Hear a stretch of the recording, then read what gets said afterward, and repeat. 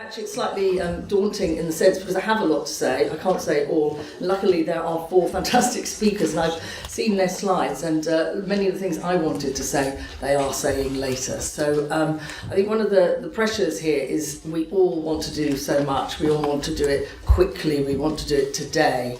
And I think I felt that pressure preparing this talk. I kind of want to get it all out there, and I can't. But we have all day. We have plenty of time for questions at the end, and I hope for us, this is the start of the conversation, really, not the end. So forgive me if I don't kind of touch on absolutely everything that we ideally would like to. Okay, so I'm talking here about starting as we mean to go on, and that's really because most of what I'm talking about today to start off the morning is really thinking about some of the basic building blocks of what well-being means and how that relates to mental health. And to me, starting as we mean to go on is about starting as early as we can in our families, in our communities, in our schools, and preparing the basic kind of building blocks for the rest of our lives. And I think what David's introduction highlighted so well is how essential it is that we deal with well-being and mental health at the earliest possible occasion, hence the title, Starting as we mean to go on. So, you know, is it the happiest time of our lives? I don't know. Probably, I've been in a room where we asked this question of everybody in the audience. I'm not going to do it now just because of the interest of time, but approximately 90% of the audience said it was not the happiest time of their life. So I'll leave it to you to decide if you're in the majority or the minority. But essentially, you know, despite all of the kind of cliches, there's a lot of pressure on young people, both to be happy, but importantly, and more often now we hear to do well. That seems to be the main thing they hear. And at the time that all of these different pressures are on them to succeed, to be happy, to get a boyfriend or a girlfriend, to settle down, to make friends, to be on social media, they're going through an enormous period of development and change, both in psychological and physical ways. And we see the physical development very clearly. Those of us who've got children will have seen our children grow when we see their school photographs every single year. We don't see the changes going on inside their brains though. And at the same time as all the physical changes are happening, their brains are developing and growing as well. And what we know now is that the important parts of the brain that deal with decision making, the things we call executive functions that control our behaviours and our emotions, carry on developing well into our mid-20s. So this is a process that children in schools are really just in the start of or in the middle of. And therefore, you know, it's perhaps not surprising when you see this sort of a slide. It really essentially shows you when the major problems with mental health tend to begin. So these are obviously generalisations, but what you'll see along the bottom is the age from 0 to 30, and nearly every major mental health problem begins before the age of 30, and many of them start before children leave school. So for very early young children, we're talking about autistic spectrum disorders, ADHD. By about the age of 7, anxiety disorders become more apparent. And by the time children are in high school, depression and other more severe mental health problems come online. So a lot of the onset of these mental health problems occurs at this very critical age when children's brains are still very much in the development. So this is about growing your brain, and what you see is that the blue areas in the front tend to come online, they're developing all the way through until our mid-20s. And this is really important because what we also see, and this is work from a colleague in psychology, who's shown very clearly that, as you might expect really, when you offer young people a reward and you put them into a scanner, you see a very different response in their brains to rewards than you will with older people. Essentially, younger people are much more sensitive to rewards. They get much more excited about rewards, they're much more engaged by rewards, they're more captivated by rewards, and they find them more rewarding when they get them, which is really interesting because the sorts of things that are rewarding aren't always very positive. They can be lovely, happy things, but there's also lots of risky things that are very, very rewarding. So we see this as a time of kind of potential risk because of the types of stimuli that capture your attention when you're a teenager. And it's particularly important because of what I mentioned before, this development of executive functioning, the fact that children's brains, their reasoning, is still very much coming online. So at a time when you're captured by these very exciting stimuli, you haven't quite got the cognitive capacity to necessarily kind of manage your behaviour, to stand back and think about what you're doing, to consider all your alternatives, to think about the options you have in front of you. So it's very easy to make errors of judgment. So the brain's executive functions are really responsible for a whole range of different things. How to be busy, how to keep your focus, the amount of effort you put into things. We manage our emotions through using up the front of our brains. It works on our memory, how we hold on to and use our memories, and we use our executive functions to decide what actions to take. So this is a hugely important area of development. And what we found, and this is really my first slide where we're talking about the evidence, one of our PhD students who's here today, Jenny, has looked at children who've got low mood, very high symptoms of depression, and those who are healthy, so they have really very low symptoms. These are children taken from a routine high school in the Midlands, as it happens, a very deprived school. And what she finds here is a very striking difference between the healthy group and those with low mood. And what you can see is that in the orange bar and the green bar, this is verbal fluency and working memory, children who've got depression are significantly impaired in terms of the kinds of reasoning abilities that they can use. So these are children completely matched for IQ. There's no other difference other than their depression status. So one of the problems that depression has, in addition to the low mood and the effects it has on our feelings and our emotions, it interferes with how we make decisions. It really interferes with our concentration. It interferes with how good and how able children can be at school. There's a direct impact on children's ability to engage with and succeed at school. So this is a really salient and relevant issue, especially for children who really want to do well and for whom there's enormous pressure to do well. And so in that slide there, really, I'm contrasting children who've got quite severe symptoms of depression with those who don't, as if these were two very different things, like they're just opposites. But we know really that's not actually how it works at all.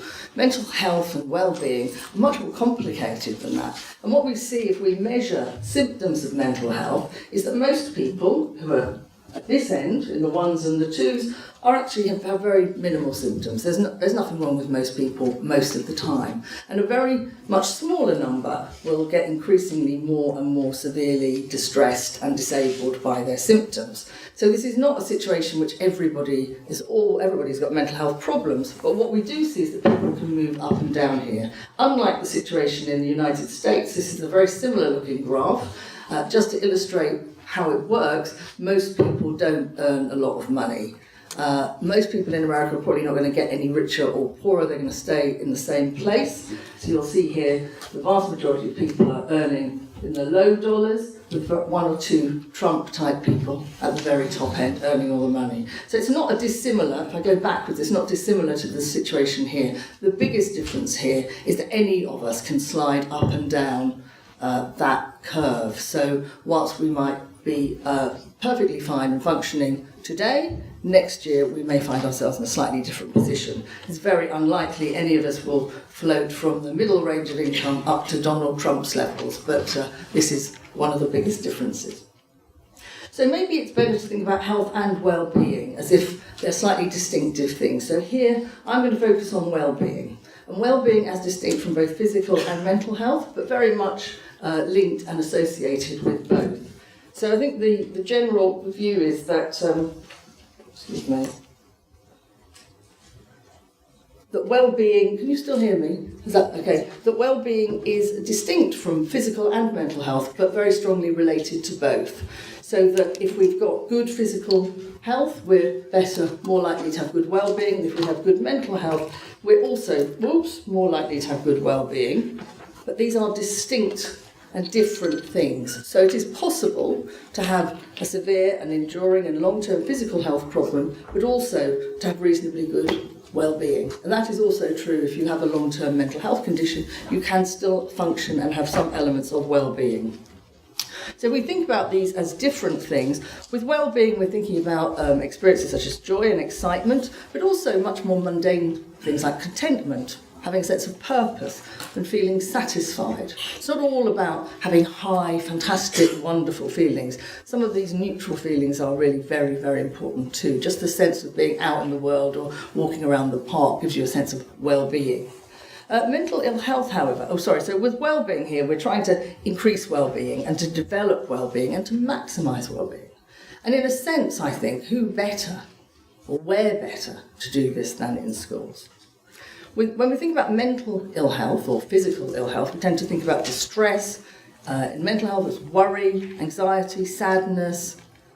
And these are symptoms. We're aiming to reduce these. We're aiming to take them away, or we're aiming to minimise them. We want to remove the symptoms. And really our question today is, what is the role for schools here? So for me, it seems very clear. Schools are in an excellent position to promote well-being. The question about where they're positioned in terms of reducing distress, improving mental health, treating mental illness is a very different question. And I think something that's a pretty open thing that we may want to think about as the course of the day goes on. But these are very distinct activities, and I think it's very important to be clear that they differ.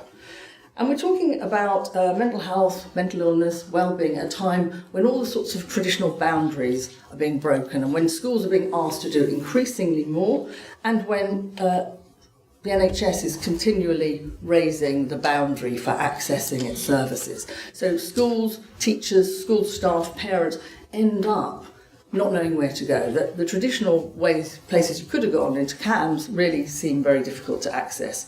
When I first started working in CAMS, we virtually took any referral that came our way. I don't remember turning people away. Now we know that that is not true. We know people wait inordinately long times for treatment, and many people don't even get past the first hurdle.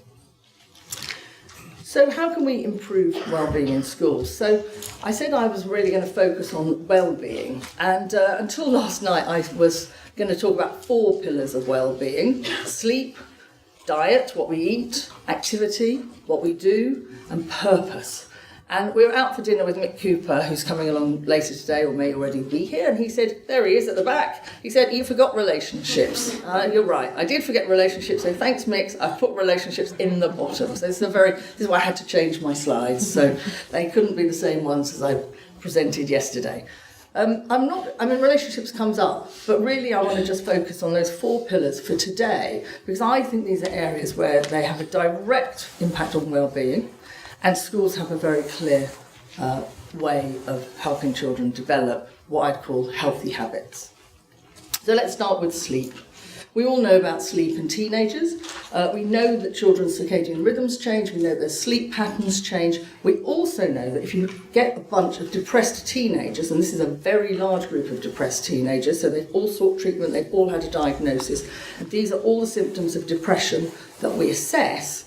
The most common problem, not low mood, it's sleep. Nearly all of the children in this sample who were depressed had big problems with sleep. I'm not just talking about the odd night, I'm talking about a chronic difficulty with sleep that pervades through their life and interferes with their functioning. But interestingly, that's a depressed group.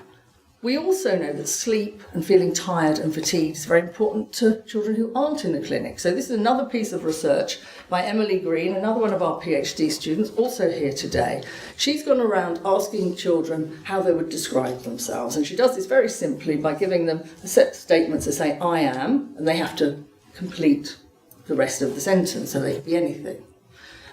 So if you look at the negative words that they use to describe themselves, we've split these into children who've got no depression, moderate symptoms of depression, and high depression. So low, moderate, and high go across the board there. And what you'll see is that tired comes up as the most common negative adjective that children use to describe themselves, unless they're not depressed, but they hardly use any negative words at all. But being tired is a bit of a preoccupation with children today.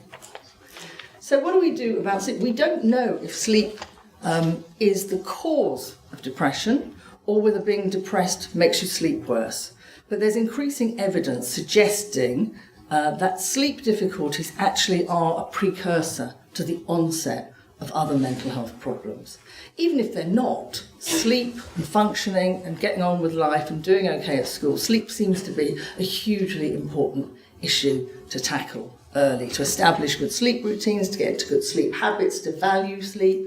It's also really helpful because if you ask kids who has problems sleeping, nearly everybody's happy to say I do. It's not stigmatised. It's not like a mental health problem where somebody wouldn't tell you they were crying or they were upset or they got no pleasure. If you ask them if they have sleep problems, they're very likely to say they do if they have. So that's sleep. So diet. Okay, what about diet? How is diet important? So we know that there's a relationship between food and mood in general. The research is not terrifically brilliant. We've looked at the relationship between diet and depression in teenagers, and another one of our PhD students recently written a paper about this. She did a systematic review of all the evidence there is linking diet to depression in teenagers, and found, as you might have expected, that yes, there is an association between the type of diet you eat and your well-being. If you eat a healthy mixed diet, and people define this in a number of different types of ways, but that picture kind of encapsulates what we mean, you're less likely to have depression or to experience symptoms of depression. There's not been tested in a causal relationship in a very large population of children. This is an association. So it's important, but not something we can conclude. But very interestingly, these studies go right across the world. So it's a cross-cultural phenomenon. We see it all over the world. Diet is associated with mood, depression, and functioning.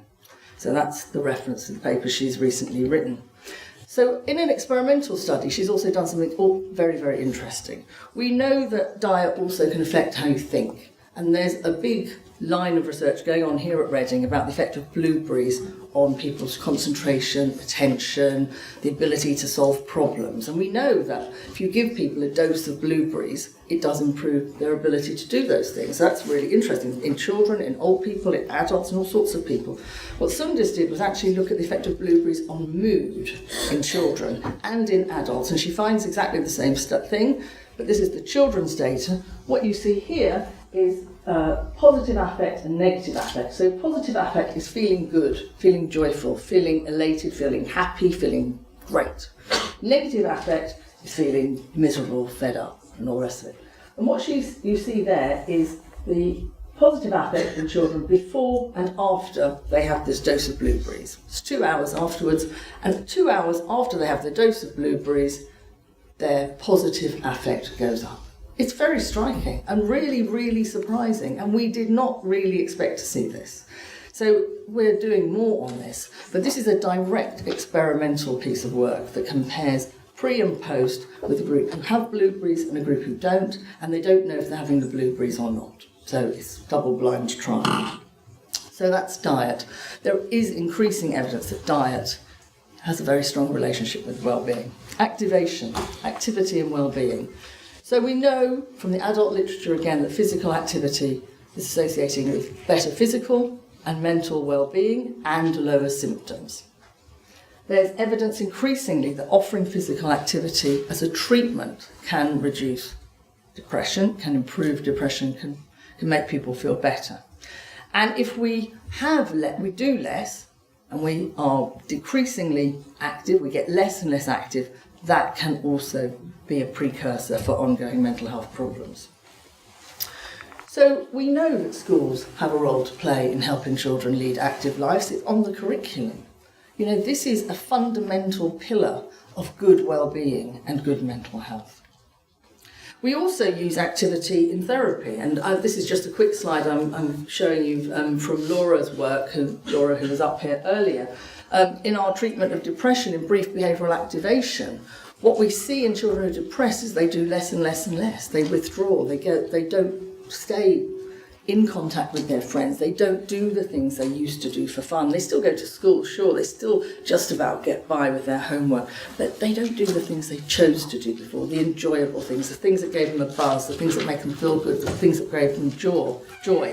And we see this vicious cycle, the pink circles here, that children get less out of life. That makes them feel bad, they do less, which makes them feel worse, basically, because they continue to get less out of life. So in brief behavioural activation, what we try and do is actually reactivate them, to get them to do more. It's called behavioural activation. We get them to do more of what matters, which I'm going to come on to in a minute. That makes them feel better, they get more out of life, and they get back into a virtuous circle. So activity is not just important as a general population thing. Activity is a really important element of treatment for depression.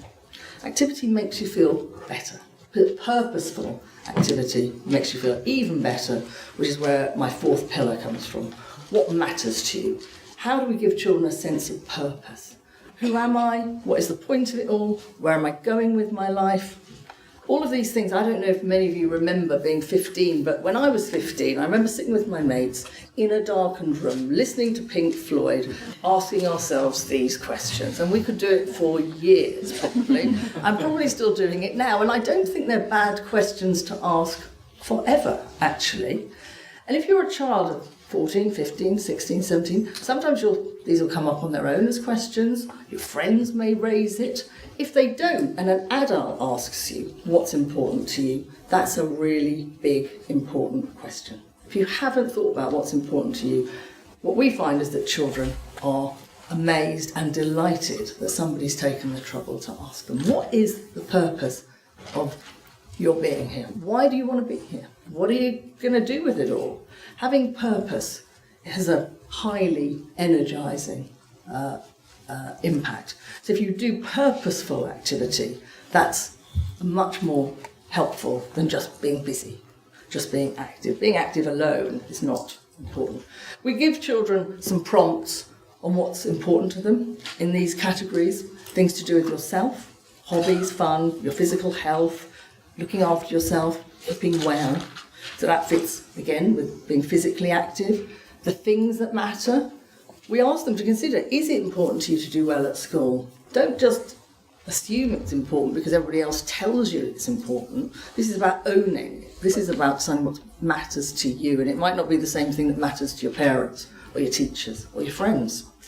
The everyday stuff, what I actually have to do just to get through, washing my clothes, ironing, getting my bags ready for school, the bigger picture, religious things, environmental things, political things.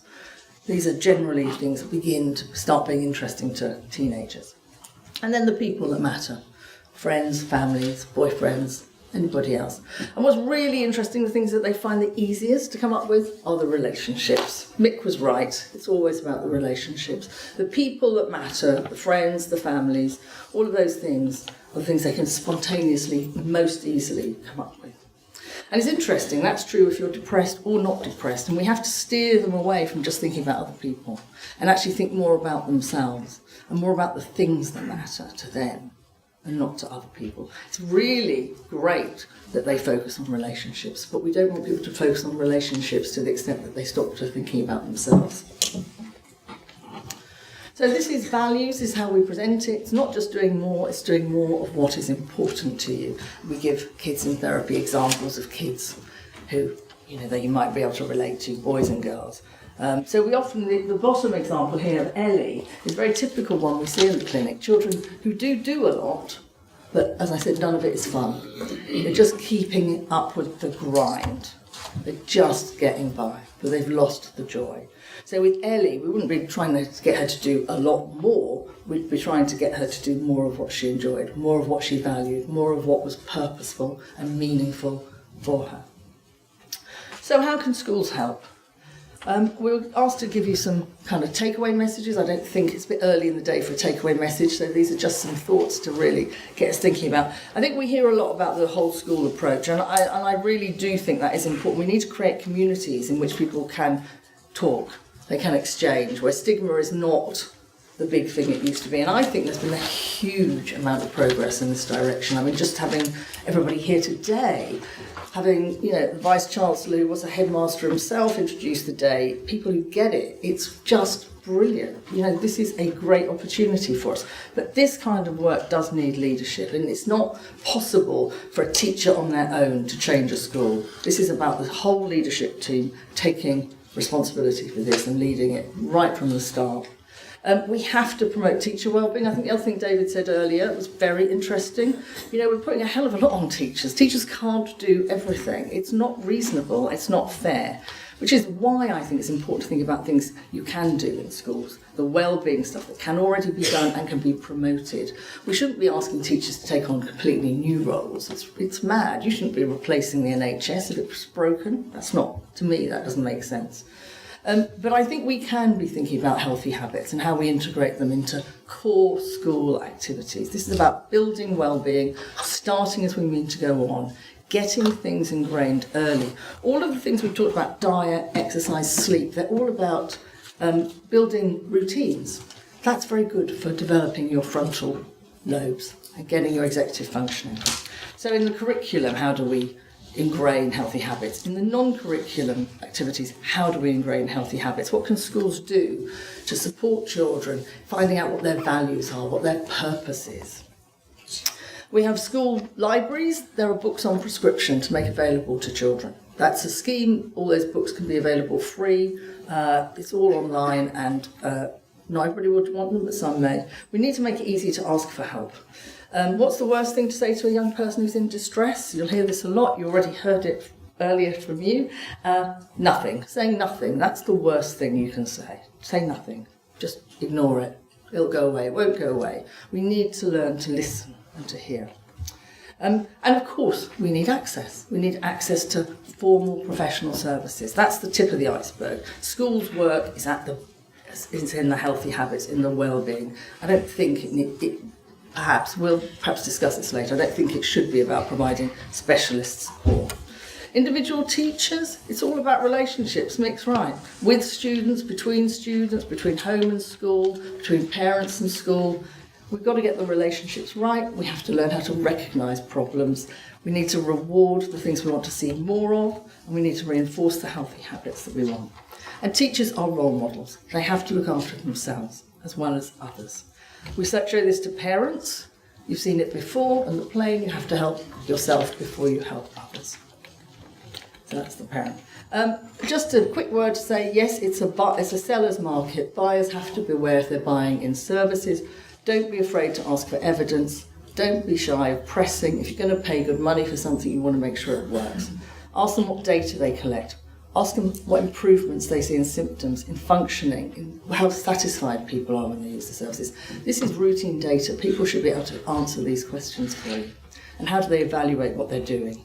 What have they changed as a result of their evaluation? It's easy to evaluate things, but if you don't use it, it's pointless. What did you change as a result of measuring the service that you provide? Now, there's lots of resources all out in the hall. Quick shout out to the Charlie Waller Memorial Trust. They've got a stand there. They provide amazing resources. Free to schools, to parents, to children. Mental health. Andre's in the room here too. He's got online great stuff. In the last few weeks, we've had new ways to treat child anxiety, cyberbullying on adolescents, mental health apps for children, suicide, physical activity, mindfulness in schools. Go look at the mental health online. And a whole host of e-learning. We'll talk about these later. And self-help books, just a quick plug. So, just to finish, it's all about development, it's all about change. Start as we need to go on. You can promote the healthy habits and well-being at the same time. So, many thanks. Maybe not the happiest time of your life, but we can make it a hell of a lot better. So, thank you, and that's my email address. Do follow us on Twitter if you've got any questions, and I'm here all day. So.